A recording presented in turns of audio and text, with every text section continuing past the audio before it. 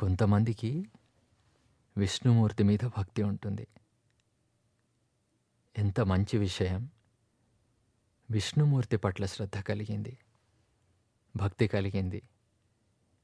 విష్ణవే, ప్రభు విష్ణవే, అనంతుడైన విష్ణువు పట్ల శ్రద్ధ కలిగింది. 2000 సంవత్సరాల క్రితం భారతదేశంలో ఒక పరంపర మొదలైంది. ఏదైనా చెప్పాలంటే సూటిగా కాకుండా సంకేతాలతో చెప్పేవారు. అలా ఆ సంకేతాల సాహిత్యం ప్రకారం ఉన్న విష్ణుమూర్తి పటం మనకిప్పుడు కనపడుతుంది.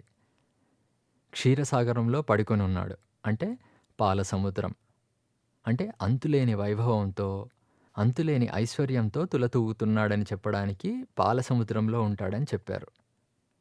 ఆయన కాళ్లను సాక్షాత్తు లక్ష్మీమాతే ఒత్తుతుందట.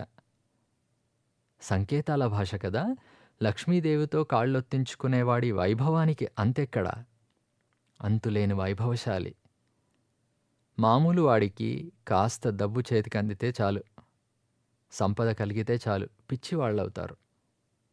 వాళ్లకు అహంకారం పెరుగుతుంది, కళ్ళు నెత్తికెక్కుతాయి.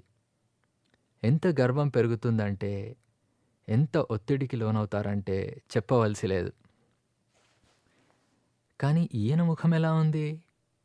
శాంతాకారం భుజగశయనం అని రోజు స్తోత్రం చదువుతాం కదా. శాంతాకారం, ముఖంలో శాంతమే ఉట్టిపడుతుంది. గర్వం రాలేదు. ఇంత డబ్బు సంపద ఉండి కూడా ముఖం ప్రశాంతంగా ఉంది. భుజగశయనం, నల్లత్రాచు పాము పైన పడుకొనున్నాడు. ఆయన తలపై పాము బుసలు కొడుతోంది, మృత్యు నాట్యం చేస్తోంది. అయినా శాంతమే. ఎంతో సమతలో ఉన్నాడు, భయమే లేదు. మామూలుగా భయం ఎవరికి ఉంటుంది? శత్రువులున్నవాడే భయపడతాడు. ఆయనకు శత్రువే లేడు, ఎవరితోనూ వైరం లేదు. అందుకే ముఖం ప్రశాంతంగా ఉంది. ఐశ్వర్యం ఉన్నదన్న గర్వం లేదు. తాను మృత్యువు నోట్లో ఉన్నాడన్న భయం లేదు. ఈ గుణాలు మనలో కూడా రావాలి కదా. ఆ గుణాలను తలుచుకోవాలి. ఇంకా ఏం చెబుతారు? పద్మనాభం. ఆయన బొడ్డు నుండి తామర పువ్వు మొలిచిందట. ఏమిటా తామర పువ్వు? సంకేతాల భాష కదా. పవిత్రతను తెలపడానికి తామర పువ్వు అని చెప్తున్నారు. నీళ్లలో పుట్టినా దానికి ఏమాత్రం నీరంటదు. ఆయన అంత అనాసక్తుడట.